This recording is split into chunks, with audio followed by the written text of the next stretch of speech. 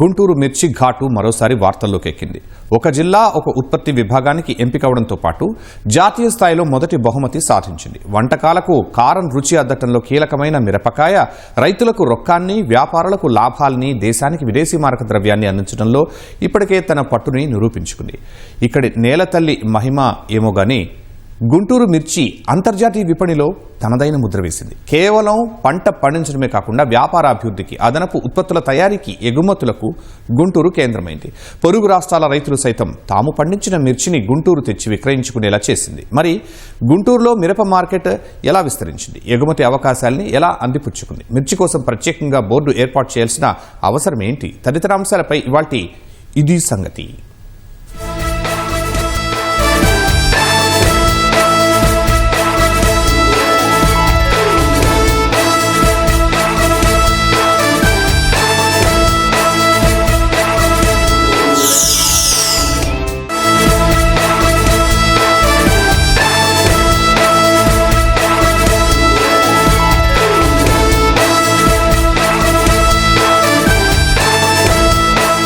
మనం నిత్యం ఇంట్లో వాడుకునే వంట పదార్థం మిరపకాయ. ఏ వంటలోనైనా రుచి తగలాలంటే ఇది పడాల్సిందే. ప్రత్యేకించి మాంసాహార వంటకాలు, మసాలా వంటకాల్లో మిర్చి ఘాటు నశాళానికి ఎక్కితేనే రుచిగా వండినట్లు. అలాంటి మిరపకాయలకు కొన్ని దశాబ్దాలుగా గుంటూరు కేంద్రంగా ఉంటూ వస్తోంది. ఆంధ్రప్రదేశ్ లో ఏటా 5 నుంచి 6 లక్షల ఎకరాల్లో మిర్చి పండిస్తే అందులో ఉమ్మడి గుంటూరు జిల్లాలోనే 1.50 లక్షల ఎకరాల నుంచి 2 లక్షల ఎకరాల్లో సాగవుతుంది. ఇప్పుడు గుంటూరు మిర్చికి సరికొత్త గౌరవం దక్కింది. కేంద్ర ప్రభుత్వ కార్యక్రమం ఒక జిల్లా ఒక ఉత్పత్తి ODOPకి ఎంపికైంది. 2023-24 సంవత్సరానికి సంబంధించి జిల్లాలో మిరప సాగు, ప్రభుత్వ సహకారం, రైతులకు అందుబాటులో ఉన్న సదుపాయాలపై జిల్లా కలెక్టర్ ఎస్ నాగలక్ష్మి కేంద్రానికి నివేదించారు. 76 పేజీల నివేదికను పరిశీలించిన కేంద్ర బృందం గత జనవరిలో క్షేత్రస్థాయిలో పర్యటించింది. ఇక్కడ మిర్చి సాగుతో పాటు ఇతర సౌకర్యాలను పరిశీలించింది. ODOP విభాగంలో అవార్డుకు గుంటూరు మిర్చిని ఎంపిక చేసినట్టు కేంద్రం ప్రకటించింది. సోమవారం ఢిల్లీలో జరిగిన కార్యక్రమంలో కలెక్టర్ ఎస్ నాగలక్ష్మి కేంద్ర వాణిజ్య శాఖ మంత్రి పీయూష్ గోయల్ చేతుల మీదుగా అవార్డు అందుకున్నారు.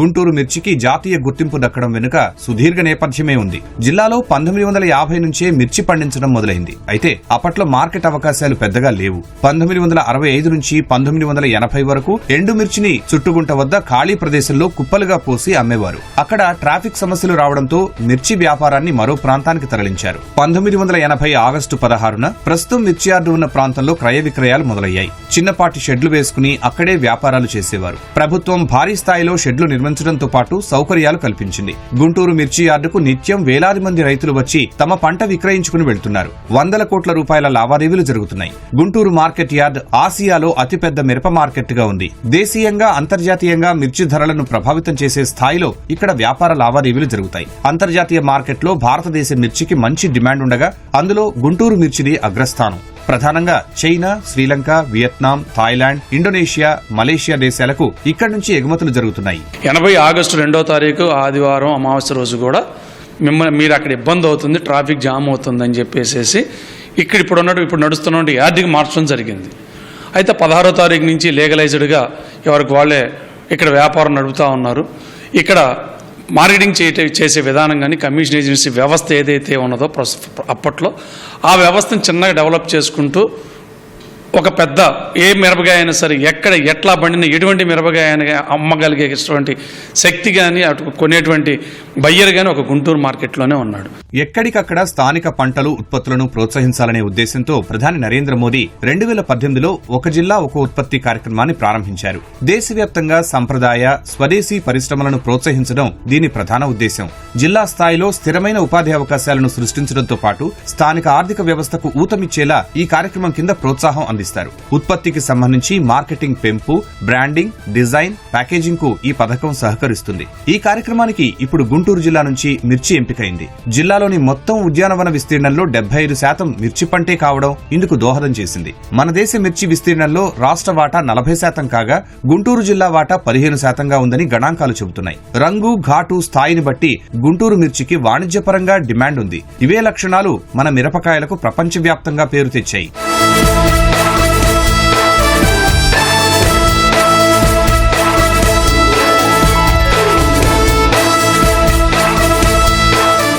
ముఖ్యంగా మన జిల్లాలో ఉన్న భూమి యొక్క సారవంతం అంటే భౌతిక స్థితులు, అదేవిధంగా వాతావరణ పరిస్థితులు, మన రైతుల యొక్క కృషే ఈరోజు ఈ అవార్డు రావడానికి కారణమవుతుందని నేను చెప్తున్నాను. ప్రస్తుతానికైతే మనకు ఏమీ ఆ పథకం కింద ప్రోత్సాహకాలు ఉంటాయని మనకు ఇన్ఫర్మేషన్ లేదండి. మున్ముందు మనకు అవార్డు మన జిల్లాకు వచ్చింది కాబట్టి తప్పనిసరిగా మన రైతు సోదరులకి ప్రోత్సాహకాలు అందిస్తారని అనుకుంటున్నాను. గుంటూరు జిల్లాలో మిర్చి పంట సాగుతో పాటు అనేక కార్యకలాపాలు జరుగుతూ ఉంటాయి. లాంలో ఉద్యాన పరిశోధనా కేంద్రంతో పాటు మిర్చిలో పురుగు మందుల అవశేషాల శాతాన్ని పరీక్షించే ప్రయోగశాల అందుబాటులో ఉంది. ఆసియాలోని అతిపెద్ద మార్కెట్ యార్డు, శీతల గోదాములు, కారంతో పాటు ఇతర ఉత్పత్తుల తయారీ పరిశ్రమలు, స్పైస్ బోర్డ్, స్పైస్ పార్క్ వంటి సంస్థలు ఈ జిల్లాలో కొలువుదీరాయి. ఇలా ఒక పంటకు సంబంధించి అన్ని సౌకర్యాలు, అవకాశాలు ఉన్నందున గుంటూరు జిల్లాను మిరపకాయల భూమిగా, గుంటూరు నగరాన్ని చిల్లీ సిటీ ఆఫ్ ఇండియాగా పిలుస్తారు. ఇక్కడి భూములు, వాతావరణం, సాగు విధానాల వల్ల ఇతర ప్రాంతాల్లో పండే మిర్చితో పోలిస్తే దీనికి ప్రత్యేకత ఉంది. అందుకే ప్రపంచవ్యాప్తంగా మన్నన పొందుతోంది. పొరుగు రాష్ట్రాల రైతులు కూడా ఇక్కడి విత్తనాలు కొనుగోలు చేస్తున్నారు. కంపెనీల వారు కొత్తగా మార్కెట్లోకి వచ్చే పురుగు మందులు, ఎరువులను ఇక్కడే పరిచయం చేస్తూ ఉంటారు. రైతులు మిర్చి సాగులో ఎప్పటికప్పుడు కొత్త పద్ధతులను అనుసరిస్తూ ఉంటారు. రైతులు బృందంగా ఏర్పడి పురుగు మందులు లేని మిర్చిని పండిస్తున్నారు. అలాగే కేంద్ర రాష్ట్ర ప్రభుత్వాలు అందిస్తున్న ప్రోత్సాహకాలు, రాయితీలను పొందుతున్నారు. అన్ని అంశాలను పరిశీలించిన తరువాత గుంటూరు మిర్చిని అవార్డు కోసం ఎంపిక చేశారు.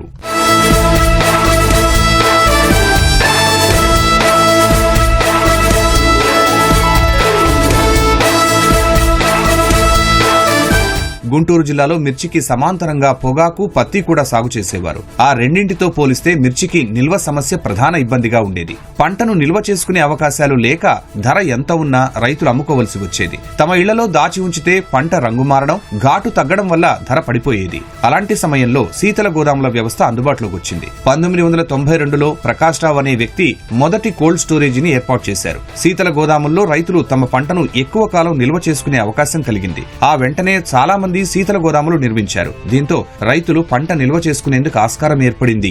ఇక్కడ ఏంటంటే ఎప్పటికప్పుడు కోల్డ్ స్టోరేజ్ వాళ్ళు అప్డేట్ చేయటం, తర్వాత లేటెస్ట్ టెక్నాలజీ ఇక్కడ ఇంప్లిమెంట్ చేయటం, దీనివల్ల ఏంటంటే రైతు ఇక్కడికి వస్తే వాళ్ళకి గిట్టుబాటు ధర వస్తుందని కానీ, తర్వాత వాళ్ళ సరుకు పాడవకుండా ఉండటం కానీ, వాళ్ళు ఎప్పుడు అమ్ముకోవాలి తలుచుకుంటే అప్పుడు అమ్ముకోవడానికి ఉంటుంది.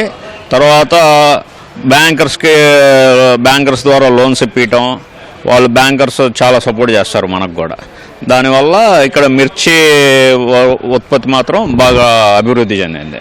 గుంటూరు జిల్లాకు స్థానికంగానే కాకుండా పొరుగు జిల్లాలు, రాయలసీమ ప్రాంతం నుంచి రైతులు తమ పంటను తీసుకొచ్చి ఇక్కడ నిల్వ చేస్తున్నారు. ధరను బట్టి కొంత పంటను అమ్ముకుంటారు. మిగతా సరుకును గోదాముల్లో నిల్వ చేసి మంచి రేటు పలికినప్పుడు విక్రయించుకుంటారు. ఇప్పుడు కేవలం గుంటూరు నగరం చుట్టూనే 85 వరకు శీతల గోదాములున్నాయి. ఉమ్మడి జిల్లా వ్యాప్తంగా 135 కోల్డ్ స్టోరేజీలు నిర్మించారు. ఇవన్నీ కూడా కేవలం మిర్చి పంటను నిల్వ చేసుకోవడం కోసమే వినియోగిస్తారు.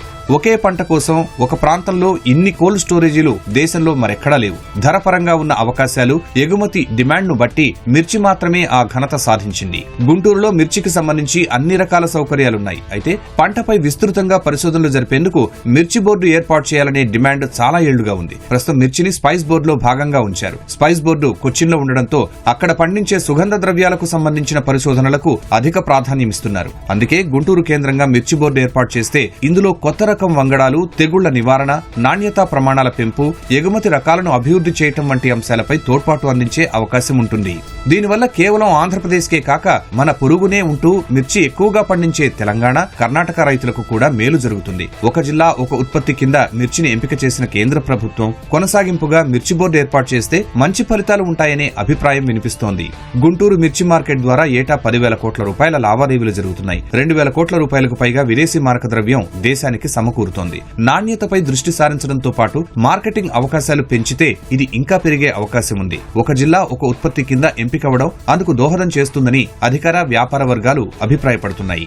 చిల్లీ అనేది ఒక ప్రత్యేక బోర్డు తీసుకొచ్చి దీనికి వ్యవస్థను ఏర్పాటు చేస్తే దీనికి సంబంధించిన అంతర్జాతీయ అనుసంధానం కానీ, R&D కానీ జరిగి ఈ యొక్క చిల్లీని మన ప్రపంచవ్యాప్తంగా మనం దీన్ని మార్కెట్ చేసే అవకాశం నెలకొంటుంది. మీరు ఇప్పుడు చూశారు చిల్లీలో ఇప్పుడు మొన్న మనకు దొరుకుతున్న వంగడాలన్నీ కూడా చాలా పాతవి. తేజ రకం ఎప్పుడో మైకా కంపెనీ స్టార్ట్ చేసింది. దాని తర్వాత ప్రత్యామ్నాయ సీడ్స్ రావట్లేదు. ఎందుకంటే దీని మీద పూర్తిగా కేంద్రీకృతమైన ఒక వ్యవస్థ లేదు. అదే చిల్లీకి ఒక ప్రత్యేకమైన వ్యవస్థ ఉంటే దీనికి సంబంధించిన అభివృద్ధికి కానీ రీసెర్చ్కి కానీ ఒక ప్రత్యేకంగా మేము చిల్లీ బోర్డుతో పాటు చిల్లీ రీసెర్చ్ ఇన్స్టిట్యూట్ ప్రత్యేకంగా గుంటూరులో ఏర్పాటు చేయాలని మేము డిమాండ్ చేస్తున్నాము. గుంటూరు మిర్చికి ఒక ప్రత్యేకత సంతరించుకుంది. అక్కడ ఉన్నటువంటి నేల స్వభావం, నేల తీరు, అక్కడ ఉన్నటువంటి వాతావరణం కారణంగా చాలా ఘాటుగాను, రంగు కూడా బాగా ఉంటుంది. అక్కడ నుంచి దాదాపుగా ఒక 16-17 దేశాలకు ఎగుమతి అవుతా ఉంది. ఎగుమతి కావడం ద్వారా విదేశీ మార్గద్రవ్యం కూడా చాలా ఎక్కువ వస్తూ ఉంది. అంతటి ప్రత్యేకత సంతరించుకున్న గుంటూరు మిర్చికి అక్కడ ఒక మిర్చి బోర్డు పెట్టాల్సిన అవసరం ఉంది. ఇక్కడ ఉన్నటువంటి వ్యాపారులు కూడా కేవలం స్థానిక అవసరాలకే కాకుండా దేశ విదేశాలకు ఎగుమతులు చేసే విధంగా అంతర్జాతీయ మార్కెట్కు అనుగుణంగా నాణ్యమైన మిర్చిని ఇక్కడి నుంచి సేకరించడం, దాన్ని ఎగుమతి చేయడంలో మెలకువలు ఒడిసి పట్టుకోవడం ద్వారా ఇక్కడ మిర్చి వ్యాపారంకి గుంటూరు కేంద్ర బిందువుగా కూడా సాగిందని చెప్పాలి. తాజాగా దక్కినటువంటి గుర్తింపు ద్వారా రైతులకు మరింత మేలు జరగాలని చెప్పేసి కూడా అధికారులు చెబుతున్నారు. ఈ క్రమంలోనే మిర్చి బోర్డును ఈ ప్రాంతంలో ఏర్పాటు చేస్తే కనుక కొంత రైతులకు కూడా మేలు జరుగుతున్నటువంటి అభిప్రాయం కూడా నిపుణుల నుంచి వ్యక్తమవుతోంది. కెమెరామెన్ అలీతో పునచంద్రశేఖర్, ఈటీవీ న్యూస్, గుంటూరు.